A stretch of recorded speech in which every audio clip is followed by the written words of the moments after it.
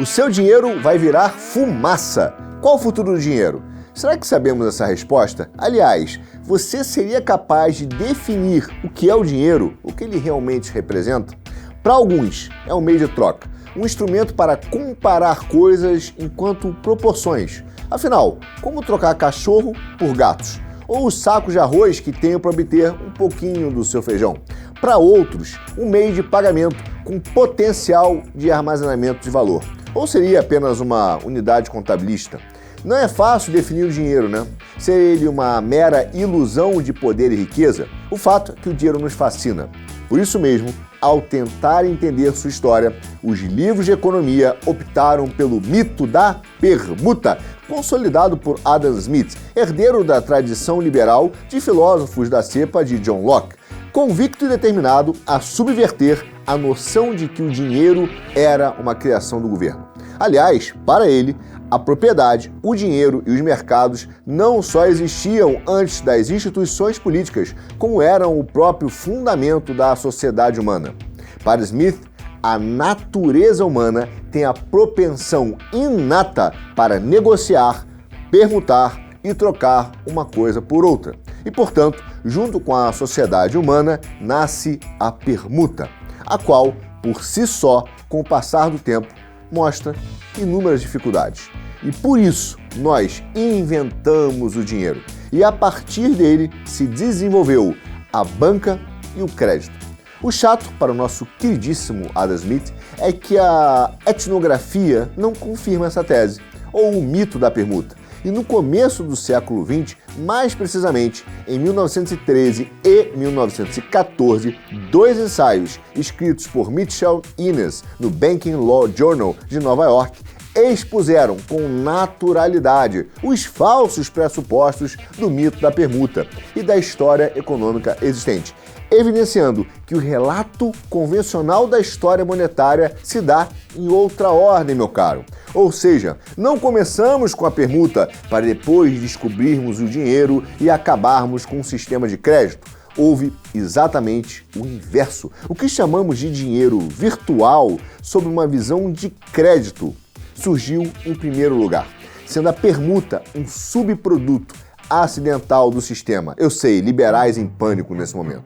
Mas em contraposição à tese da permuta e do valor trabalho, ou do valor de troca como único objeto da investigação smithiana, Mitchell Innes lança a teoria de crédito do dinheiro. Posição que teve maior adesão dos Estados Unidos e Alemanha em oposição à corrente da Grã-Bretanha, tomando o dinheiro uma ferramenta da contabilidade e não um produto. Assim, duas teorias antagônicas são aceitas hoje no mundo: a teoria da permuta ou do valor de troca e a teoria do dinheiro como crédito. Haha, eu sei que você está pensando nesse momento. E o ouro? A moeda não pode ter um lastro no ouro? Sim, meu amigo. Mas a situação é essencialmente a mesma. Uma moeda ou barra de ouro é uma promessa de pagar outra coisa de valor equivalente a uma onça de ouro. Afinal, uma moeda de ouro não é, por si mesma, útil. Só aceitamos pelo pressuposto de que outras pessoas a aceitarão também. E é exatamente por isso, meu caro, que o valor de uma unidade de dinheiro não é uma medida do valor de um objeto em si, mas sim a medida da nossa confiança nos outros seres humanos de nossa sociedade. Olha aí o porquê das instituições jurídicas e democráticas destruírem a economia quando são disfuncionais. Bom, mas a partir desse raciocínio surgiu a teoria estatal do dinheiro da escola histórica alemã, onde, se o dinheiro é apenas uma unidade de medida, todos os governos querem o quê? Estabelecer um sistema uniforme de pesos e medidas, da mesma forma que temos o metro, o quilo, etc. O que importa é que exista um sistema uniforme para medir créditos e dívidas, e que esse sistema permaneça estável ao longo do tempo. E claro, que o Estado esteja disposto a aceitar essa moeda para pagamento de impostos, o que torna a moeda corrente fluida. O fato é que, querendo ou não, a notinha de papel permite que tenhamos acesso a bens e serviços que estão em circulação, facilita o comércio de longa distância, nos potencializa, ao mesmo tempo que nos limita, de acordo com a quantidade que temos e sua disponibilidade. Aliás, permite ainda que utilizemos o dinheiro para realizar o quê? Os nossos dons, aprimorá-los e ampliá-los, o que nos atrai enormemente. Afinal, quem não deseja poder fazer ou ter acesso a tudo aquilo que os nossos olhos apontam e que nosso desejo pede? Por isso mesmo, se não formos cuidadosos, o dinheiro nos escraviza, passando a exercer seu domínio sobre nós, como o Deus Mamon, que representa o pecado capital da avareza. Mamon, palavra de origem hebraica, significa literalmente dinheiro.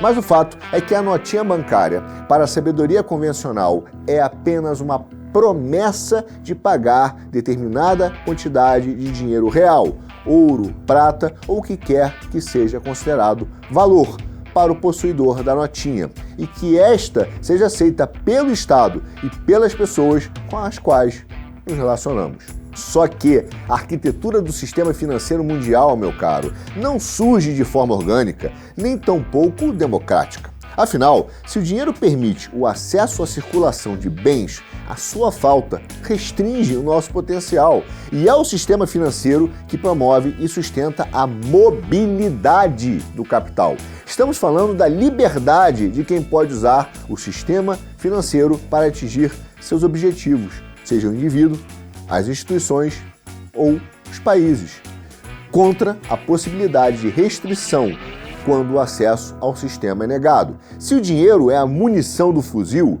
o sistema financeiro é o próprio fuzil.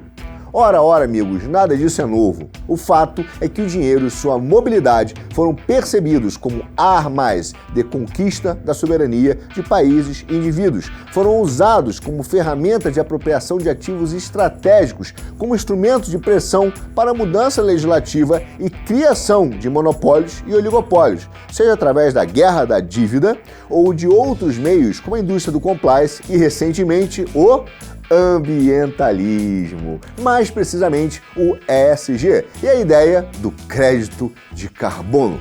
Agora, preste atenção, vamos imaginar que você é um fundo de investimento que está presente nas grandes corporações do mundo, com influência econômica em inúmeros estados nacionais, bem como na arquitetura do sistema financeiro global, cujo objetivo é esvaziar a soberania dos países e concentrar o poder global, assim como as suas riquezas, em um pequeno grupo de megacapitalistas. Não seria uma ótima e necessária ideia para conseguir o controle absoluto ter a sua própria moeda de alcance global, obrigando todos a negociar com base na sua moeda, criando assim um sistema supranacional de reserva de valor ou de crédito? Afinal, para ter um poder hegemônico, não são suficientes o poder político e jurídico. É necessário garantir o controle econômico também. Mas ter sua própria moeda, meu caro, sem ser um país, e forçar a todos os países a se submeter voluntariamente a ela, criando adesão e confiança, não é tarefa fácil. Mas vamos lá. Uma moeda que sirva de reserva global precisa de quê? Primeiro, dar acesso a um universo de bens e serviços, de preferência em maior número e alcance que as atuais moedas correntes. 2. Ser negociada globalmente e, de preferência, em toda e qualquer cadeia de valor, indústria e serviços. 3. Possuir a percepção de valor e a confiança das pessoas, instituições e sociedade em geral. 4. Ter um credor da mesma proporção ou maior do que os estados, para que as pessoas possam pagar o seu imposto devido ou saldar as suas dívidas. É necessário, portanto, que a percepção dessa moeda como referência seja de amplo alcance e que ela tenha inúmeras possibilidades de conversão em bens e serviços. Ora, amigos, o fato é que as duas teorias da moeda até então discutidas não resolvem o problema. A teoria do dinheiro, como permuta, não explica como resolveremos o problema de por que razão escolhermos um produto para medir precisamente quanto desejamos de outro. Falta o fator conversão, que o Estado proporciona em seu sistema monetário de pagamento de impostos em moeda corrente. A teoria do crédito, por sua vez, não explica como transformar uma obrigação moral em uma soma de dinheiro específico. Em outras palavras, como tomar um boi ou um saco de arroz, por exemplo, aqui ou lá na Ásia e sermos capazes de calcular exatamente como pagar essa dívida.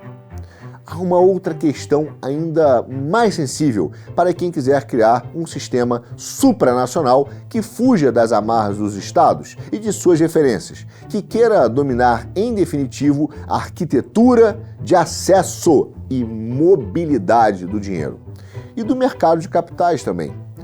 Quem será o credor ou devedor global? A quem eu me apresento para cobrar o meu crédito ou pagar o meu débito, se não ao Estado? Será que os globalistas estão sem saída, então? Pelo contrário, meu caro, a solução já está em marcha. Veja bem esta afirmação, tirada de um ensaio do economista francês Bruno Terret, com o título The Social Culture Dimensions of the Currency, Implications for the Transition to the Euro, publicado no Journal of Consumer Policy em 1999. Abre aspas. Na origem do dinheiro, temos uma relação de representação da morte enquanto mundo invisível, aquém e além da vida. Representação que é o produto da função simbólica, característica da espécie humana, e que encara o nascimento como uma dívida original contraída por todos os homens. Dívida essa que decorre dos poderes cósmicos que a humanidade emergiu. Pagamento dessa dívida, que, no entanto, nunca pode ser saldada na Terra, porque o seu pleno reembolso é inalcançável. Assume a forma de sacrifícios que, repondo o crédito dos vivos, tornam possível prolongar a vida e até, em certos casos, alcançar a eternidade, juntando-nos com os deuses. Mas essa crença, reivindicação original, está também associada a emergência de poderes soberanos, cuja legitimidade reside na sua capacidade de representar todo o cosmos original.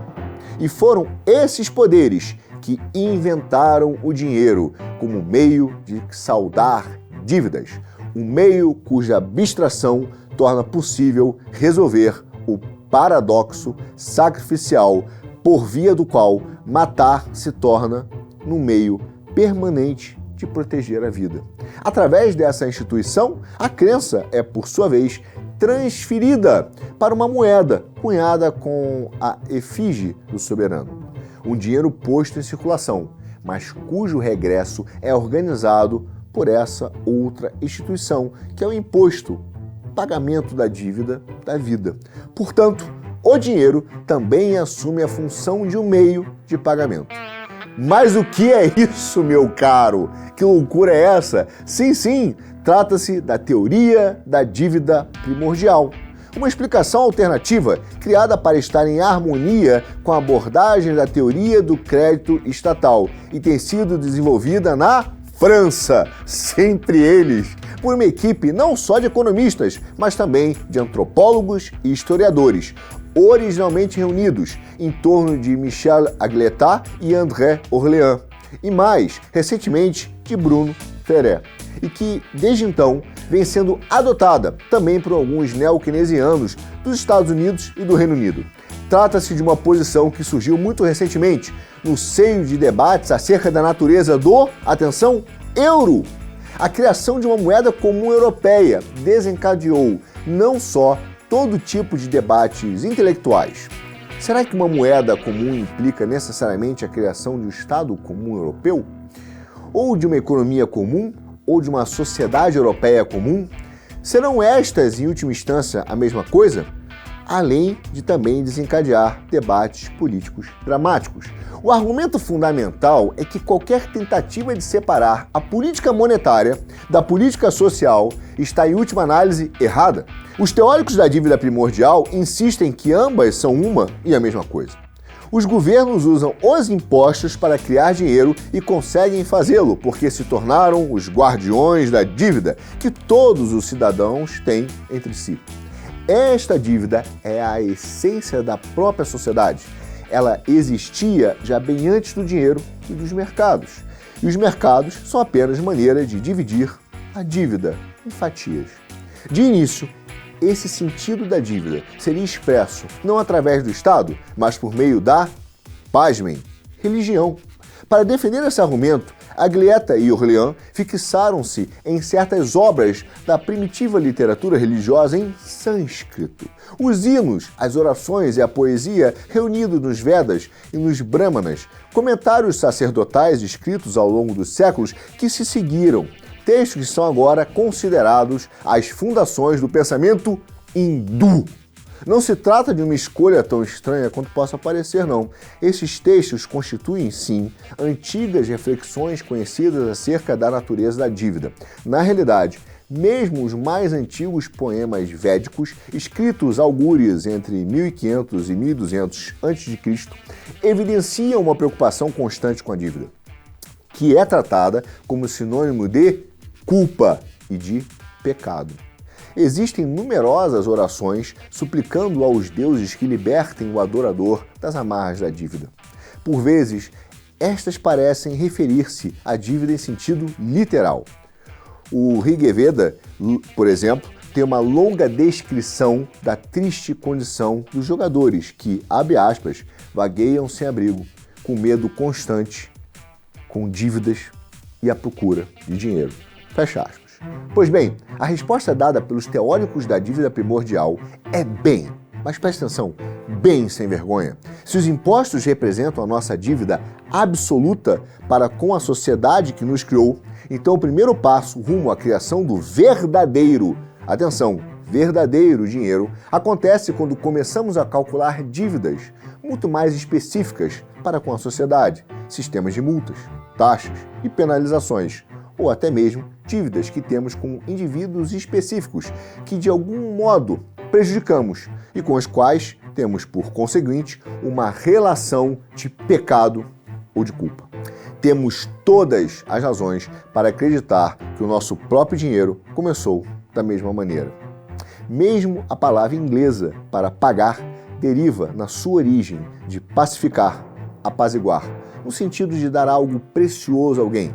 Por exemplo, uma forma de expressar exatamente quão mal nos sentimos por termos acabado de matar o seu irmão numa briga de bêbados e o quanto gostaríamos de evitar que isso se tornasse o fundamento de uma permanente rixa entre as famílias. Só que a teoria não ajuda a criar uma moeda supranacional global. Afinal, por que um brasileiro cristão seria grato a uma instituição europeia pagã? A minha dívida poderia ser com quem criou minha língua, escreveu livros que eu li, asfaltou a minha rua e criou as convenções sociais nas quais eu vivo. Portanto, com o meu Estado. Bom, agora presta atenção, e se essa dívida fosse atrelada a tudo que o mundo sofreu para que você pudesse ter o que você tem e que deve garantir a existência futura das gerações? E se essa dívida fosse com o mundo, com a natureza, com a deusa Gaia, que sofreu com toda a sua poluição para que você usufruísse do que você usufrui? E se você já nascesse com uma dívida de carbono que tem de ser compensada por tudo que você ainda irá consumir no planeta? Você não deve mais nada ao Estado? Sim, meus amigos. Isso já foi calculado. Um estudo publicado no Environment and Research Letter em 2017 e que teve enorme destaque na mídia, feito por especialistas, aponta que cada ser humano irá consumir em toda a sua vida cerca de 58,6 toneladas de carbono por ano. Essa é a sua dívida com Gaia e tem de ser compensada na moeda de Gaia, o crédito de carbono. Touché, meu caro, uma moeda atrelada a todos os produtos e serviços do planeta, supranacional, não emitida por qualquer país, que todo ser humano terá a obrigação de adquirir para andar de avião, comer, comprar roupas e negociar bens ou serviços, com maior liquidez e aceitação que qualquer moeda de qualquer país, uma verdadeira reserva de valor na mão de fundos globalistas, que gera confiança e aceitabilidade, pois é o dinheiro do bem, pois convence você de que está salvando o planeta, quitando a sua dívida com Gaia, com o cosmos, que foi calculada por uma equipe de burocratas e técnicos, sem que você entenda bem a origem e os parâmetros de conversão, mas que substitui perfeitamente o seu dinheiro atual emitido pelo seu país. Um instrumento para comparar coisas enquanto proporções, perfeito na mão de fundos globalistas supranacionais. É o fim dos estados e início de um governo totalitário usando o dinheiro e a mobilidade do capital como armas. Um dinheiro sem o qual você não terá acesso a produtos essenciais, a mobilidade ou a bens e serviços. Você estará na mão dos detentores dos créditos de carbono. Percebe agora o poder da Amazônia? O que percebemos é que o euro foi um experimento de engenharia social, exatamente como querem fazer por aqui com a tal moeda única da América Latina, para familiarizar as pessoas a um dinheiro supranacional. Esse seria um passo intermediário, enquanto indexa cada produto do mundo a um valor contabilístico mágico de crédito de carbono, no caminho para a moeda única e o roubo total da soberania individual e institucional, com controle de toda a arquitetura do sistema financeiro. É uma tomada de poder global, meu caro, sem dar um tiro, sem ter uma declaração de guerra. Um novo sistema controlado pelos grandes fundos, onde toda a riqueza e acesso estarão sob o controle deles. É o seu dinheiro virando fumaça e você virando pó. É isso que há por trás dos créditos de carbono e da pauta ambientalista que entopem a grande mídia. A tentativa de tomada de poder e riqueza e a luta pela nossa soberania e pela nossa liberdade.